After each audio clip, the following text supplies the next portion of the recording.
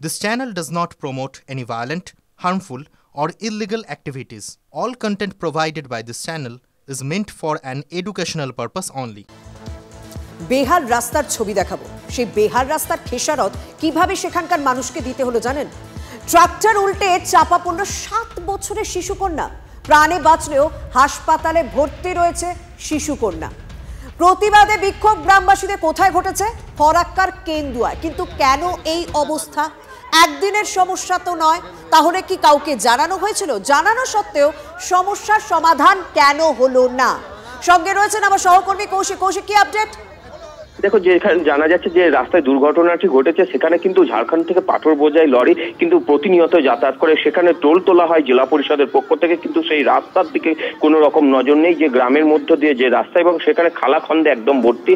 আজ সকালেই কিন্তু সেখানে শিশু যাতায়াত করছিল, সেই সময় কিন্তু একটি পাথর বোঝাই ট্রাক উল্টে যায়, সেই সময় জখম হয় গুরুতর এক শিশু। এবং এই যে রাস্তা খালাখন্দে ভরা, তার জন্য খেসারত গুনতে হচ্ছে একটা শিশুকে। সে হাসপাতালে চিকিৎসাধীন রয়েছে। এই ঘটনার প্রতিবাদে এলাকাবাসীরা বিক্ষোভ দেখাতে থাকে। তাদের একটাই দাবি, বারংবার প্রশাসনকে জানানো হয়, জেলা পরিষদ কর্তৃপক্ষকে জানানো হয়, সেখান থেকে টোল কর্তৃপক্ষকেও জানানো হয়, কিন্তু তারা কোনো রকম ব্যবস্থা গ্রহণ করে না। একটি বেসরকারি সংস্থার মাধ্যমে টোল তোলা হয় এই জেলা পরিষদের এই রাস্তা থেকে, কিন্তু জেলা পরিষদের রাস্তা থেকে টোল তোলা হলেও কিন্তু সেইভাবে রক্ষণাবেক্ষণ হয় না রাস্তার, এমনও অভিযোগ। এবং খালাখন্দে পুরো রাস্তায় কিন্তু ভরা, এরকম আরো দুর্ঘটনা ঘটে যাওয়ার সম্ভাবনা রয়েছে। এবং তারা অভিযোগ করছে প্রতিনিয়ত তাদের যাতায়াতের ক্ষেত্রে কিন্তু চরম সমস্যার সম্মুখীন হতে হয়, কিন্তু প্রশাসনকে জানিয়ে আজ পর্যন্ত তারা সুরাহা হয়নি, সেটা এই ঘটনা প্রমাণ। অনেক ধন্যবাদ কৌশিক।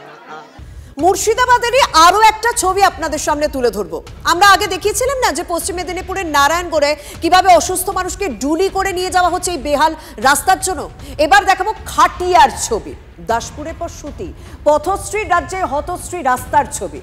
গ্রামে ঢুকতে পারে না অ্যাম্বুলেন্স, বাধ্য হয়ে খাটিয়াতে চাপিয়ে অন্তঃসত্ত্বা মহিলাকে নিয়ে যাওয়া হলো হাসপাতালে। পাড়াইপুরের লজ্জার ছবি। স্থানীয়দের দাবি, খাতায় কলমে রাস্তা থাকলেও বাস্তবে যে তার নেই, সেটা এই ছবি পরিষ্কার। প্রশাসনকে বহুবার জানানো হয়েছে, কিন্তু কোনো কাজই হয়নি। খাটিয়ায় চেপে হাসপাতালে যেতে হচ্ছে। 3টে জায়গার ছবি আপনাদেরকে দেখাচ্ছি। আগেও বেশ কিছু জায়গায় একই ঘটনা ঘটেছে। আমরা মালদার রতুয়াতে দেখেছি, মেদিনীপুরের দাসপুরে দেখেছি, আবার নারায়ণগড়ে দেখেছি, আবার সুতিতেও দেখছি। মুর্শিদাবাদের সুতিতে, যেখানে খাটিয়াতে করে নেওয়া হচ্ছে অন্তঃসত্ত্বাকে।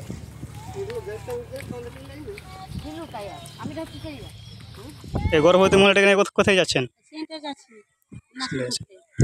এভাবে রাস্তায় হাঁটতে আপনার অসুবিধা হচ্ছে না? এভাবে যেতে হয় না? প্রতিদিন এরকম করে যেতে হয়, যখনই আমাদের সেন্টারে কি হয় তখন এরকম করে যেতে হয়। ঠিক আছে, দেখুন রাস্তার অবস্থা। এইভাবে গর্ভবতী মহিলাকে সেন্টারে নিয়ে যেতে হচ্ছে। আর অসুবিধা যদি আজকে যদি ডেলিভারি হয়ে যায় তো অ্যাম্বুলেন্স কীভাবে আসবে? এখান থেকে অনেকটা রাস্তা হেঁটে যেতে হয় বা খাটে করে নিয়ে যেতে হবে, যেরকম কোনো অসুবিধা হয়ে যায়। তো খাটে করে নিয়ে যাওয়ার মতন অবস্থা নেই রাস্তার। দেখুন, একটা বিষয় পরিষ্কার যে ভোট আসছে, ভোট যাচ্ছে, ফুলঝুরির মতো প্রতিশ্রুতি দেওয়া হচ্ছে, কিন্তু মানুষের দুর্ভোগ ঘুচছে না। হুগলির কুলিয়া গ্রামের ছবি দেখা এবার। বেহাল দশা গ্রামের একমাত্র রাস্তা। অবস্থা এমনই যে গ্রামে অ্যাম্বুলেন্স ঢুকছে না, ছোট গাড়ি ঢুকছে না। বাধ্য হয়ে গুরুতর অসুস্থ রোগী এবং প্রসূতিদের 2 থেকে 3 কিলোমিটার পথ খাটিয়া বা ডুলিতে করে, কাঁধে করে মূল রাস্তায় নিয়ে যেতে হচ্ছে। এমনই অবস্থা হুগলি এবং পশ্চিম মেদিনীপুরের সীমান্তবর্তী গ্রাম কুলিয়া। দীর্ঘদিন ধরে চরম দুর্ভোগের শিকার, খবর দিচ্ছেন স্থানীয়রা।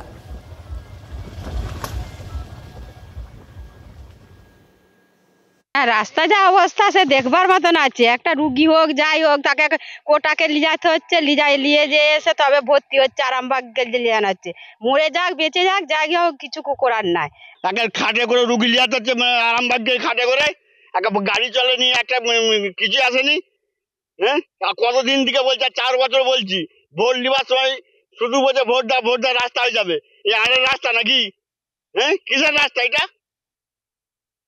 প্রধানমন্ত্রী গ্রাম সড়ক যোজনার রাস্তা, এর আগে যখন আমি বিধায়ক ছিলাম তখন ওই রাস্তাটি হয়েছে, কিন্তু রাস্তাটি রক্ষণাবেক্ষণ করার জন্য গোঘাট 1 নম্বর পঞ্চায়েত সমিতি এবং নুকুন্ডা গ্রাম পঞ্চায়েত এরা কোনো রকম উদ্যোগ নেয়নি।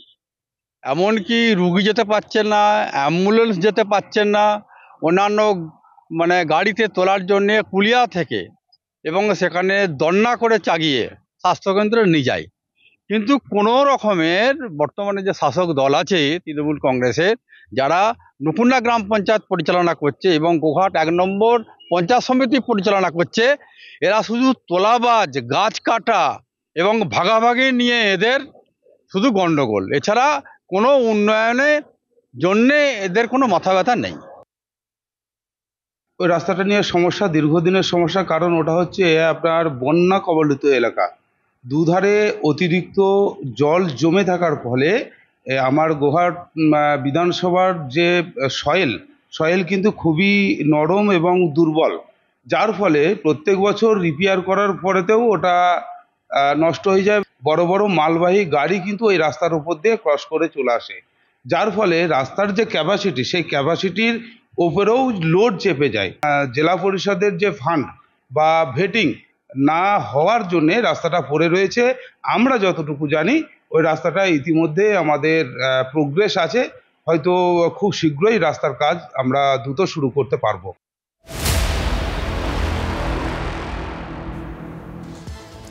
ব্যারাজের কাজ চলছিল, কিন্তু হঠাৎ করে জল ছেড়ে দেওয়া হলো, আর স্বাভাবিক অল্পের জন্য রক্ষা পেল 5 থেকে 6 জনের প্রাণ। রুদ্ধশ্বাস উদ্ধার কার্য, কিন্তু এই ঘটনা ঘটলো কেন বীরভূমের সিউড়ির তিলপাড়া ব্যারাজে? জানাবেন, সঙ্গে রয়েছেন সহকর্মী হিমাদ্রি। দেখো, মাস কয়েক ধরেই তিলপাড়া ব্যারেজের সংস্কারের কাজ চলছে। গতকালও সেইভাবেই কিন্তু সংস্কারের কাজ চলছিল। হঠাৎই তিলপাড়া ব্যারেজ থেকে জল ছেড়ে দেওয়া হয় এবং সেই জল ছেড়ে দেওয়ার কারণে 5 থেকে 6 জন শ্রমিক তারা ডাউন স্ট্রিমের নিচে ছিল। ব্যারেজে যে সংস্কারের কাজ চলছিল সেটা কি ব্যারাজ কর্তৃপক্ষ জানতো না? যারা জল ছাড়ছিল তারা জানতো না? একেবারেই সেটাই হলো প্রশ্ন, এবং এই বিষয়ে মুখে কুরু পেটেছে কিন্তু কর্তৃপক্ষ, তারা কোনো বক্তব্য দিতে চাইছে না এই বিষয়ে। এবং সাধারণ যারা প্রত্যক্ষদর্শী রয়েছে তারা বলছেন যে যখন নিচে শ্রমিকরা কাজ করছিল তখন হঠাৎই যে গেট তিলপাড়া ব্যারেজে সেই একটি গেট খুলে দেওয়া হয়, এর ফলেই কিন্তু জলমগ্ন হয়ে পড়ে ডাউন স্ট্রিমের একাংশ, সেখানে ফেসে যায় শ্রমিকরা।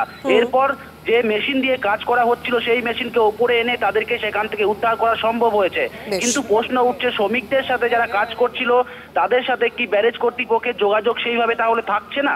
তার কারণে কি এটা সমন্বয়ের অভাব ছিল কিনা, সেই সমন্বয়ের অভাবের জন্য এতগুলো মানুষকে চরম সমস্যায় পড়তে হয়েছিল কিনা, সেই বিষয়গুলো ইতিমধ্যে খতিয়ে দেখা হচ্ছে। ধন্যবাদ হিমাদ্রি।